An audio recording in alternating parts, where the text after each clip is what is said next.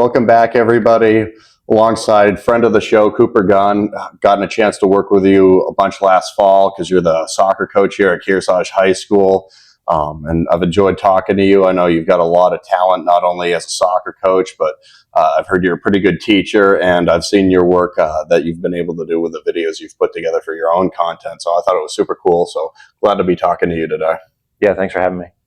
Of course. So starting out, you were this kid who really liked soccer and got involved with it when you were young. Where'd that all come from?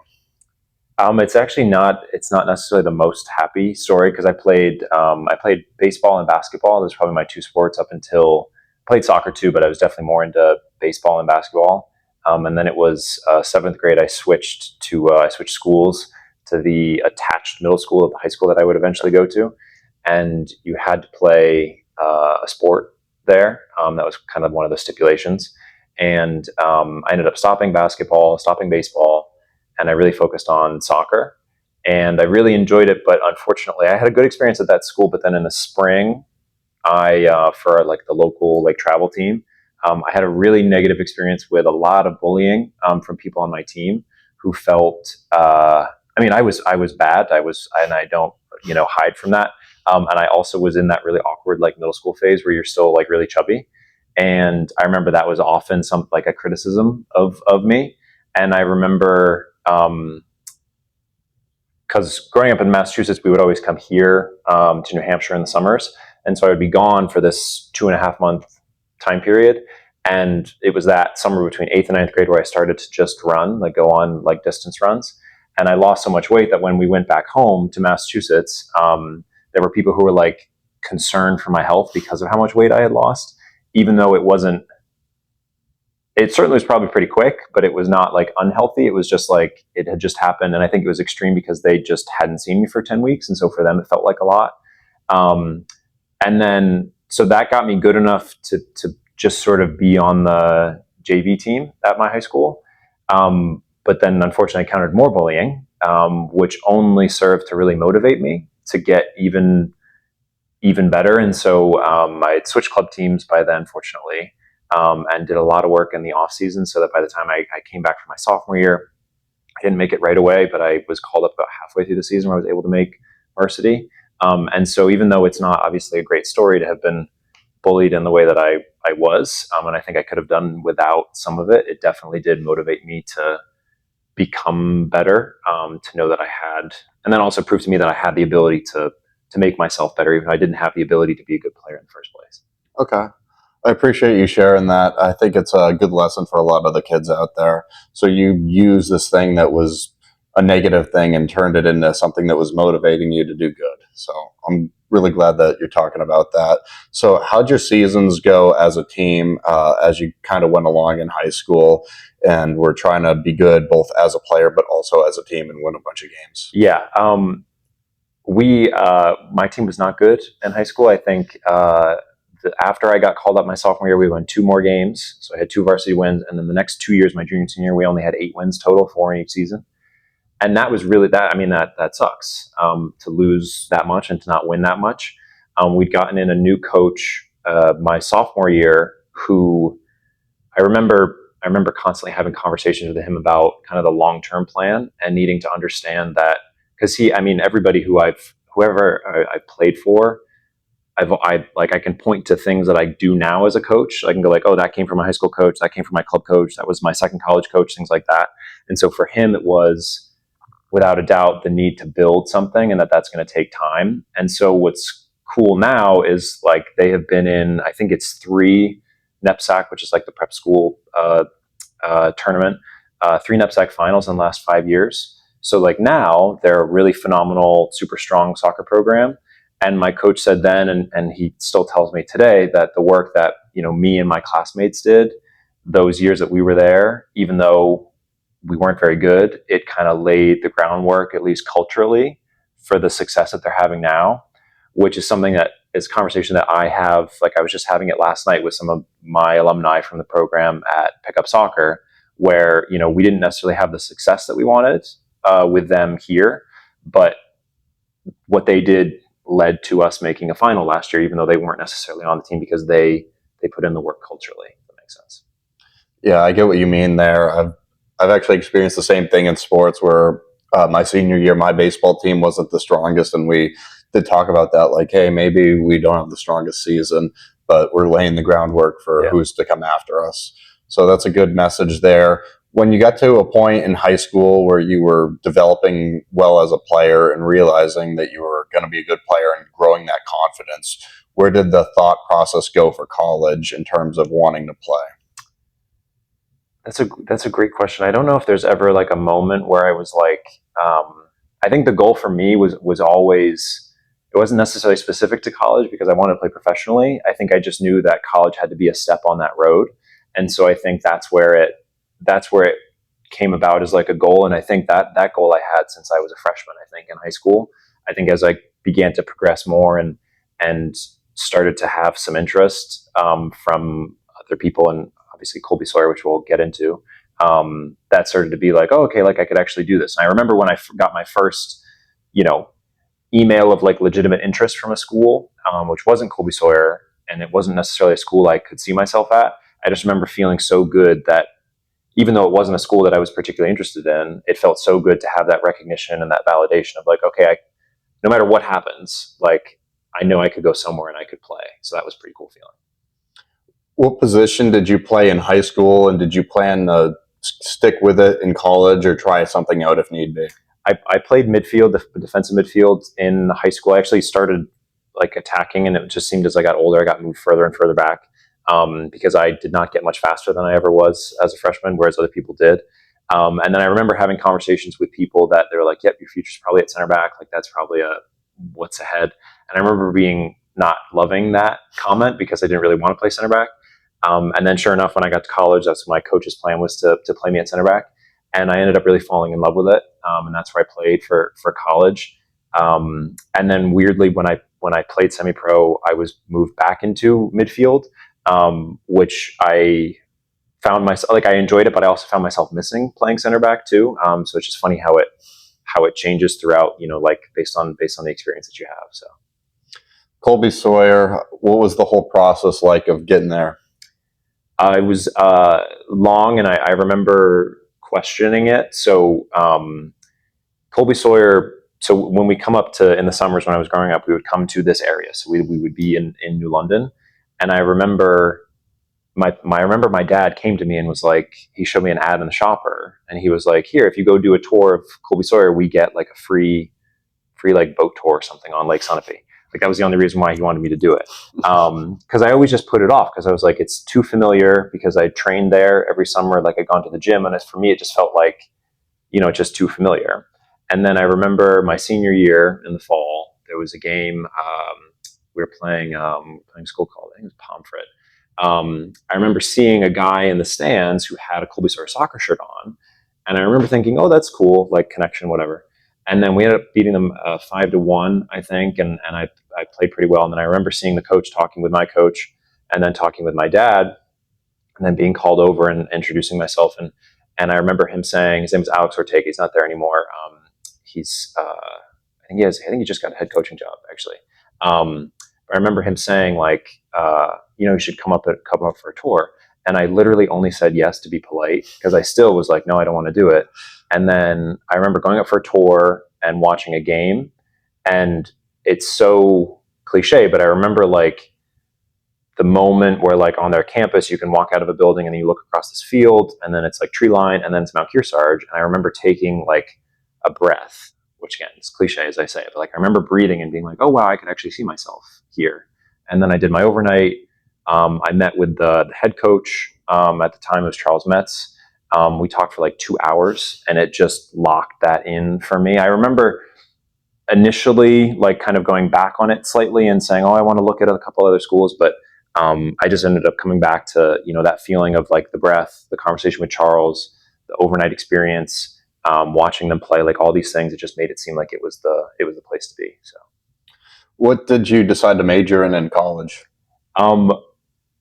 I think so. I went in undecided, and I think this is a stereotype. I know it still is true of Colby-Sawyer, maybe in general, like the soccer players are sports management majors.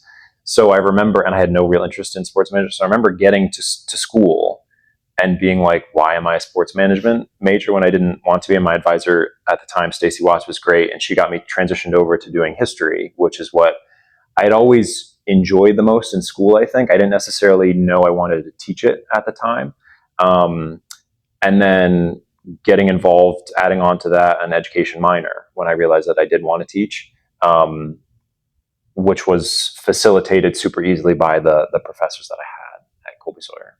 Okay. So when you got there as a freshman and everything's brand new to you, how did you kind of acclimate to that and get comfortable? Well, I think, and I say this to all my kids, like, playing a sport is a huge help when it comes to going to college, especially a fall sport, because with preseason, we were on campus. I was on campus as a freshman 3 weeks before all the other freshmen. So when freshman orientation rolls around, me and my teammates, my freshman teammates, we'd already been there for 2 weeks, 2.5 weeks. So we knew what we liked at the dining hall, where we liked to sit at the dining hall, the gym, laundry. So like all these things that I would imagine you would be stressed out about on top of academics, we'd already been able to do that. And then I also remember just knowing that because you had that support system of, you have everybody in every class in terms of like a year of graduation. So like there were seniors on my team who I knew if I needed something, I could just go ask them and that they would help me. And so I think having that support system was the biggest thing. And my coach, those were the two biggest things in terms of getting acclimated, because I had already had all that time with them. You mentioned you dealt with challenges with bullying from other kids when you were younger. When you got to Colby-Sawyer and maybe people are a little bit more professional, I guess, like kind of more grown up, more mature, did you feel like you were more of like a member of a team and it was just like a better culture? Yeah, I mean, I love, like, I still think about like my friend group that is mostly made up of my teammates that I had, and just those, like, I've never met a group of people who, certainly I've never laughed as much with anybody else as with them, but then also never been as supported with anybody else as much as them. And I think those are the two things that stick out to me when I think of my experience there on that team, and then the role that I played in hopefully kind of continuing that, where it is a supportive environment for new kids coming in. So you mentioned how you made the transition, midfield defense to center back. How's that different at the college level? And also kind of what's the difference of that position for people out there who don't know soccer that much? Yeah, so in terms of the position, I think I like center back more because instead of being in the middle of the field, midfield, center back, apart from the goalie, you can see everything that's in front of you. You don't really have to worry about, in terms of being in possession, what's behind you. And so I think I found that easier. But I also really liked that it allowed me to see more, so I could communicate more with my teammates. I really liked the midfield aspect of being able to get more forward than I typically could at center back. It's certainly something that I enjoy doing now when I play pickup or whenever. I think in terms of the level, I think NEPSAC is pretty high level, and I played against people who are playing professionally and really high level leagues right now. And so what I've told people is that I think I generally played against more skillful people when I was playing at Williston, but the biggest difference from high school to college is the level of physicality. Like, I can't even, and I don't think people quite realize that, even at, it's not like Colby-Sawyer is like NESCAC top D3 or anything. But even then, the difference in how hard people run, how fast people run, and how hard you get hit, even though it's not like football where it's like that's the point. I think people don't fully appreciate that, and so that's definitely the biggest difference that I noticed, was a level of physicality. On the field as a player, how did you see yourself develop? Because when you take that next step, I know you'd mentioned that you played high competitive high school level with everything, but when you take that next step with these guys who are stronger, faster, hit harder, everything, you probably see a little bit of regression. I don't want to say, but like, it's not as easy as it was in high school. So how do you kind of deal with that challenge, and how do you continue to improve over those 4 years? I was really lucky in that there were 3 senior center backs my freshman year who I was able to learn a lot from, and they were all very, very different in their play styles. And so I was able to take pieces of them, basically. and sort of see what that looked like. So it was really great because I had a literal physical example of like, okay, this is what you need to do if you want to play at this level.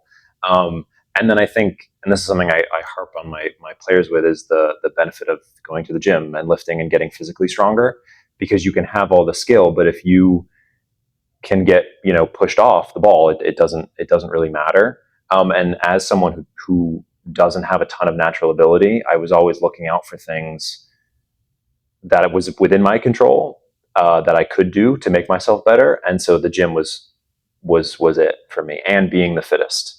I was always, whenever we did fitness testing, I was always in the top. Apart from my freshman year, I was always in the top, whatever. My senior year, I was at the top. I was the most fit person on the team, by a good distance, compared to the rest of the group. And that's something that I've always prided myself on. So those would be the three things, I think. I like that you tried to focus on the stuff that you could control instead of what you couldn't control, and get better at that stuff. I think that's a great approach to it. So on the field, kind of what was your, in general, standing each year as a team, and what were kind of the most significant games of your college career? The trend of the team, unfortunately, when I was there, it did go down. So I remember my freshman year, we made it to a semifinal. The year before that, they'd been in a final of a different conference, and that was our first year in this new conference in the GNAC, and we made a semifinal. I remember that the quarterfinal before that was a really heated affair. And even though I was on the bench, I wasn't playing. I remember you just felt like such a part of that, even though you weren't playing. And then sophomore year was the first year that I started, and we ended up losing in the quarterfinals.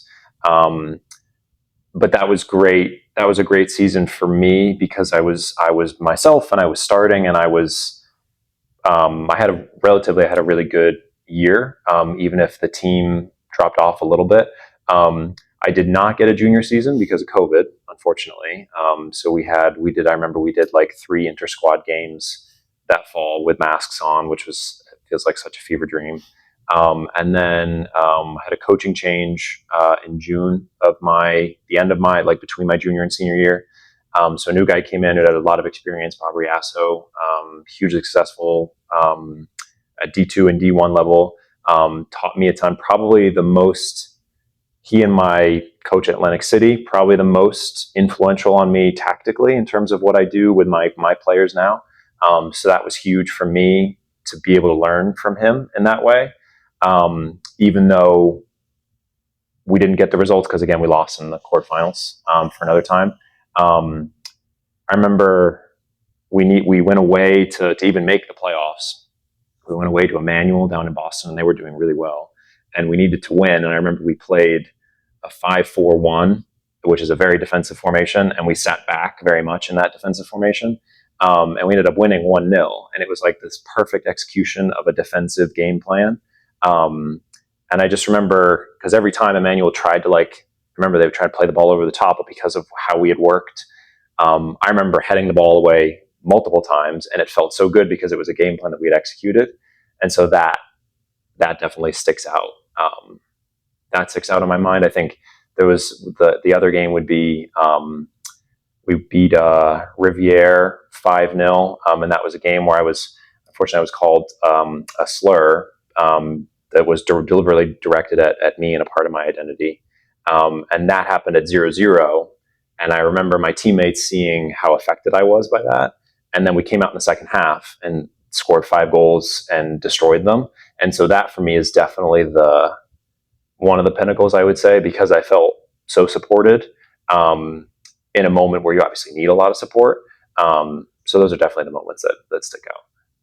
Appreciate you talking about that. If you're comfortable sharing, what's like the when you deal with something like that, how are you able to keep a level head and handle it in a good way? Well, I remember my coach asking me, and this is after, because I remember literally crying at halftime, because it happened right before halftime. And I remember him asking me "Oh, are you good to go out and play again?" And of course I said yes, but I wasn't. I absolutely was not. And so it wasn't anything that I did. It was that my teammates did for me. And so I think I don't really know what I could have done to get myself into a state of mind to play. It was that my teammates had done it for me. And I think that's, again, going back to feeling supported by them in general, that just kind of that was my senior year. So I just knew that I had that. And so I think even if I knew that I wasn't good, I knew my teammates were going to make me good. So awesome. That's exactly what team culture should be. So when you graduate from Colby-Sawyer at the end of your senior year, what was like your overall feeling, the memories from there, and also kind of what were you thinking of what comes next? So I did not. So I had goals of playing professionally, and I remember needing a really long break after my senior year because it was challenging, and I didn't touch a ball for 5 months, which is bizarre because for the previous 10,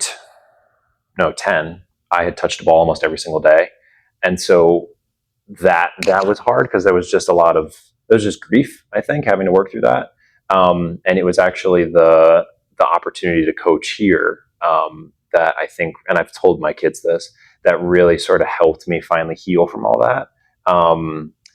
So that's, in terms of what came after, I definitely felt like I needed a longer break than I ended up taking, but it was because of the job offer, the coaching job offer, because I was already teaching here, that really kind of solidified that, I think.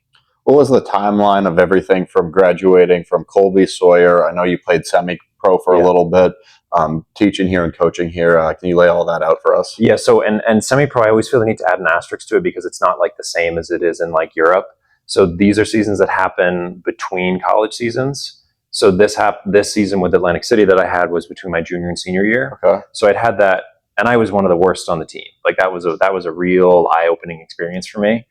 Because I was playing, I remember I had a teammate who had won MLS Cup. So like the MLS League trophy they had won. And so I was sharing a field with people like that, rolling into my senior year, wanting to be like, next year, okay, I'm going to try and play professionally, and then having such a challenging experience where I then needed to take a break for 5 months. I think part of that, I definitely also fell in love with teaching, and I kind of realized the reality of the life I would have to live in order to play professionally would be moving around a lot because I'm not going to like walk into like, I'm not going to get drafted. Like I was never that good.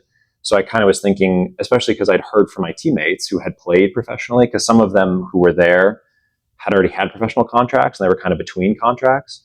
So I was hearing about how like, oh yeah, like 9 months ago I was in like Belarus, and then 18 months before that, I was in like Serbia. Oh, and then I was in Australia, and then I was in, and like, I think maybe thinking about that now, I think that'd be pretty cool. But I think for the person I was back then, 5 years ago now, that didn't really seem like a life I wanted to try for, because I knew I was not going to be one of those people that could like play for my dream club in England and sign like a 5-year contract. I would be one of those people who would be in the third tier in Serbia and have to sign a nine-month contract and probably work a second job at the same time. So I think all that came together to sort of be like, okay, let's stay here and be settled. So how'd the Kearsarge thing come about? How'd you wind up here instead of at a different high school? Well, so the job, my senior year, I was so lucky with the program that Colby-Sawyer has for teachers, where they allow the senior year. I'd finished all my classes on campus.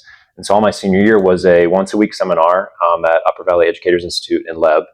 And then the rest of the time I was student teaching. And so I could stay here and teach. And so I student taught for a month. And then there was a staffing situation, which led to one of their solutions to that staffing situation, me being a long-term sub. And they offered that to me as effectively a full-time teacher. And then I remember hearing, it was really nice to hear from the principal that after they hired me at the end of that year, that they felt like they kind of knew what they had with me, and they felt confident that giving me the job was the right thing to do because I had earned it and I had tried out for it basically the whole year. And so that was really nice. And then connecting to the soccer piece, I kind of knew at that point that I wanted to get back into soccer, like I was ready. And I had agreed to just be the assistant coach for my predecessor. And then in June, I got a call from the athletic director at the time, Scott Fitzgerald, and he was like, "Hey, do you want to be the head coach?" And I remember being like, I didn't say no way, but I remember feeling like no way because I had never really coached before, certainly never head coached anywhere. And I knew I had the playing experience and a pretty diverse playing experience relative to I think other people. But I remember being so nervous about it. But I ended up obviously taking it, and I'm really glad that I did. So if you can share a little bit about it, like what is the process like of becoming a head coach, not only of like, I guess like applying for the job and having the athletic director and everybody make sure you know enough and you're good enough to be a head coach, but also the process after you get the job of preparing for a season for your first time.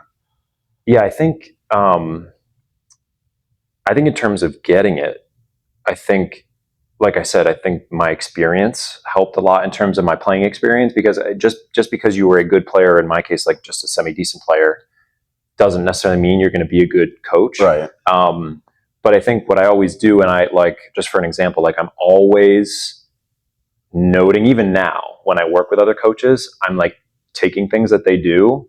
And that's something I started doing in high school without even realizing it. So like that new high school coach that I had my sophomore year, his first rule I remember that he instituted was no shooting before practice. Because I know, because I see it, that my kid's tendency, if they get to practice early, they just want to take shots. And taking shots looks like standing on the edge of the 18 with no wall or anything, no goalie, and just shooting the ball. And my coach's point back then was, how many touches are you getting in a minute if you do that? And okay, probably one, right? One shot a minute. If you have one ball, okay, you shoot it. Of course, you're going to walk to get the ball, walk back out. Okay, minute, you get one touch. How many touches do you think you get if you did keep yuppies or if you pass with a partner or something? And then it's like, obviously, it's going to be more than one. And that's something that I've instituted here. It's something I've instituted everywhere I go.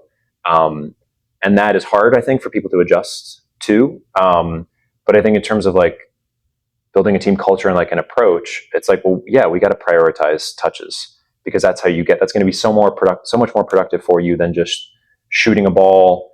Like, how many people are taking uncontested shots from 18 yards out in a game? And how many times are you doing that in a game? Okay, probably one or two people, and maybe one or two times. How many times are you passing a ball in the game? Tons of times. And I think that in terms of a process of like, how do you get into a position to be a coach? It's taking things from the people that you worked under, whether that was something you work with, or if you were a player and they were your coach. That's key. I think in terms of the preparation, again, it's sort of the same thing. It's like taking things. So like the way that we played my first year was almost a direct copy of the way that my Atlantic City coach, Stefan Seabear, had us play, in terms of a very sort of driven 3-4-3 with very specific tactics that mirrored what we had done. And that requires a level of organization. So in terms of having practices planned out, but then even when you get there, you got to get there early, because you have to make sure, like I hate putting down cones for new drills during practice, because then it's just time for the kids to just be there, and it's wasted time because they're goofing off. They're not really doing anything. I'm wasting my time because now, instead of teaching or introducing the next drill, I'm running around randomly trying to put cones down. So I always make sure, and I plan this, of making sure that before training starts, every single drill is on the ground, color-coded with the correct cones and everything before we start. So I know that we can go, here's this, here's this, here's this. Okay, now we're done, and that's practice. That I think has been the biggest thing for me in terms of what I try and do every day. Okay. That's helpful to know. I think a lot of coaches can learn from that. So with team success, you guys just had a great season. It's your best season since you've been here and been the head coach. How have you grown as a head coach, and also how has the team grown together over the years? Well, I was talking to the alumni last night about this. Definitely culturally, I think is huge, just in terms of the way that we approach games, and I think, and particularly the way that we approach conceding goals, I think has changed drastically. I think that's the biggest thing. So you might have noticed that in many situations, fortunately, we didn't concede many goals this past season, but when we did, most of the time, the team would come together to sort of have a moment together to just reset. And I think that speaks to the culture that the kids have really created, where we are just much more resilient, I think, as a group, which has nothing to do with the individuals, because I had some incredibly talented kids I had two kids, I think, who scored over 20 goals my first year. I've never had that again. And those kids, same thing that I, give myself credit for my high school success. I give the credit, the the success we're having now, give those kids that credit. But I think in terms of growth over 4 years, it's definitely culturally. In terms of the program, I think for me, the biggest thing is just having more experience. So like I look at the final that we lost, and we just talked about this on Wednesday.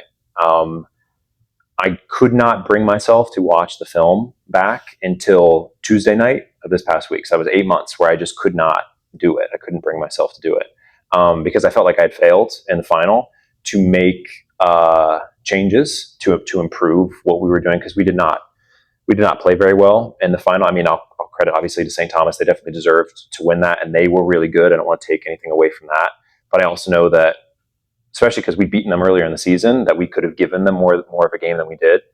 And I put that blame on myself. And so in terms of improvement, I've talked about with my coaching staff, we got to get better about making changes in game. So how do you, right, you can set up all these plans in practice and it can be great. How do you make changes if the plan isn't working? So that's definitely something I think about that I need to do more of, because I think we do it to a certain extent. Like in the semifinal against Hopkinton, we realized that they were man marking one of our players, and so we made changes to mess that up, and it worked. My frustration is, okay, I could do that in semifinal. Why couldn't I do that in the final? But the message that I said to the kids the other day is, how awful would it be if we watched that film back and went, for all of us, team, individual players, and coaches, if we watched that back and went, wow, there was nothing else we could have done. We just weren't good enough. Whereas instead I can look at it and go, yeah, it really sucks, but there's lots of things that I could have done better. I'm going to do those things. I'm going to work on those things now and make sure that I don't make those same mistakes going forward. That's a good mentality to have. So teaching is the next thing I wanted to talk about. When did you decide that was something you wanted to pursue? I think so. I remember first wanting to teach because both my parents are teachers. Okay. And my dad taught at the school that I went to. So we lived on campus because it was a boarding school. And I remember I loved my high school. I loved because that's where I grew up. It was more than just a school for me because it's a campus. So it's a full neighborhood basically. Oh, okay. And so everywhere on there was my backyard. Like I remember there's like a hill on the way down to the dining hall where we would go sledding every winter. It's called Dining Hall Hill. So for me, that was home. It wasn't just school.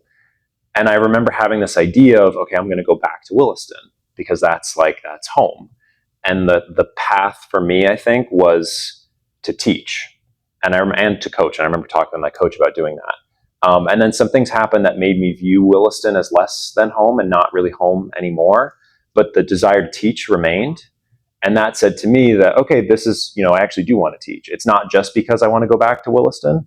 It's not just a vehicle to go back to Williston. It's, I actually want to teach. I think that was probably sophomore year of college. And then, I don't know, I've always enjoyed working with young people. I think people in general, really. But I've definitely found the high school age to be pretty perfect because obviously kids need good people at any age, but I feel like my demeanor, my life experience, my whatever is really good for high school kids. And I try and be that person. And so I think that it was kind of having those realizations sophomore and junior year of college that really made me like, okay, yep, I think I want to teach. And then definitely that first year, my senior year, where I was student teaching and then long-term subbing, where I was like, wow, this is what I'm meant to do. So history, what was it about history that made you interested? I blame my dad because he is a history teacher. And so I remember I remember for whatever reason, very vividly, he had these like giant binders of cassette tapes in the back of his truck that anytime we drove anywhere, he would just play them. And they were about, I couldn't tell you what history they were about, but they were just about history. And so I think just by like osmosis, like growing up, I was just like conditioned to like history. I also think now it's a really great tool to teach about life, I think it's a really great opportunity to talk about current events because the kids want to talk about current events and I enjoy being the person to sort of facilitate that conversation. But then I also think it's a really good way to teach about life, not in a current event standpoint, but sort of like, how does life work, I guess, whether that's like a really big event or something that's more small that doesn't seem as big. and the analysis that's required to sort of understand that, that's the thing that I really love. And I think history is a really good vehicle to do that. So I'm glad you enjoy teaching it. So, yeah. one of the final things that I wanted to discuss with you is your company. I know you, it's Maxfield Productions. I'm getting that right. Yeah. You're very talented at that. I just Yeah. saw the start of your video that you had put out. They had released it on the Kearsarge School District page. And I was honored to be included in that. Yep. You put my voice in there, calling YCN games. So I thought that was cool. I appreciate that. How'd that all come about? How'd you get involved with that? I took 2 photography classes in high school and loved it. A phenomenal teacher. And then I think with soccer, it kind of took a back seat. And then I remember during COVID, feeling like I needed to have something to do. And I remember picking up a camera. And then it was actually when I was in Atlantic City, I had a teammate who was really big into photography. And I remember he sort of helped get me back into it. Like I remember walking around Atlantic City with him and just taking pictures. And for the first time being like, oh, this is cool. Like I could do this more. And then it was at the end of, so it was around the same time actually that I had agreed to be the head coach of the team here. I had initially thought about and explored the possibility of working at Tucker's, which would have been my 8th summer in a row of kind of working in the hospitality industry, which I really liked. I really loved it. But I just remember being like, I think I really want to try, because I thought about working at Tucker's and trying to launch my business. But I just remember being like, I just really want to go all in on the business. And I remember my parents being a little skeptical about that, because they were like, well, why are you giving up something for, like a wage for something that you don't even know if it's going to work out? And I didn't make a profit my first year, and I made a very small profit my second year. But I'm so glad that I did, because now it's a very profitable business. But more importantly, it's just given me, I think, such a great outlet that's so different to teaching and coaching, because it gets at a different part of the brain, that it doesn't feel like a second job. Like I have so much respect for teachers who are able to go work at Hannaford on the weekend because they need a second job. I don't know if I could do that. And I'm really lucky that I have a second job that provides me a really good flow of income that doesn't feel like work. Okay. So I know you've brought it into the school, and you've done some stuff with it, with the athletics, taken some pictures for the athletes here. And also I saw your video that you did on the field. They had put it together, or you had put it together, and they were showing it, of you talking to the different seniors and them kind of reflecting on their experiences here. How'd you get that to be involved with the Kearsarge School? So I think I just started by just like showing up to my kids' games kind of out of season. I mean, my players will jokingly, but also I think a little bit seriously ask me like, hey, is there one of our games, like one of our soccer games, where you could just like not coach and just like take pictures for us? Because it's really only them who I don't take pictures of, because obviously I'm coaching. Right. I would just go to games because I knew in high school that was in my vanity. And I also knew this was true of all my friends. We loved pictures of ourselves playing games. And we never really got it, even at a prep school, which obviously has more money typically than a public school would. So even there, I didn't, like when we had like the one game where like a professional photographer would go to, it was like the best thing ever. And I remember wanting to give that feeling to my kids by offering that sort of like professional level experience so that they could have that feeling. And so I just started showing up to games and taking pictures. And the kids loved them. And it was a really great way to connect with kids. It was a great way to show the kids that I'm obviously there supporting them at these games, which I think is really important. And then from there, it just kind of grew into, because I also do the filmmaking, where we were actually able to offer, I teach a documentary filmmaking class now. This is my second year where we run it, where it's great to have, admin who support me teaching something I'm not necessarily certified for, but I'm allowed to because it's less than the 50% threshold or whatever, because they see that I know what I'm doing and they supported me to kind of make a class out of it. And it's cool because I've heard from some of the kids that it's like the favorite class they've ever taken.